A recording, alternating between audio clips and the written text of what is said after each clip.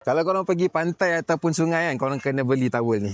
Sebab dia memang cepat kering. So ini adalah microfiber daripada tahan. Kain dia dibuat pada microfiber sebab tu dia cepat kering. Punya panjang ni 150 cm dan punya lebar ni adalah 80 cm. Kalau korang nak berkemban macam ni pun untuk lelaki pun tak ada masalah sebab dia memang panjang. Macam ni. Ataupun untuk perempuan pun boleh juga. Korang boleh berkemban macam ni je. Nampak? Kan panjang tu. Yang ini pula, korang boleh tengok dia punya stitching, dia punya jahitan memang sangat-sangat kemas. Dan yang paling best, kalau korang lipat, dia memang sangat-sangat senang untuk dibawa. Dia akan jadi kecil saja kalau korang lipat macam ni. Boleh saja masuk di dalam beg. Towel ni didatangkan sekali dengan dia punya cover ni, yang macam jaring ni, supaya senang untuk korang bawa. Dan korang jangan risau, dia datangkan dengan klip ini supaya senang untuk korang sangkut. Kalau ada hook, korang senang saja nak sangkut sebab dia ada penyangkut ni.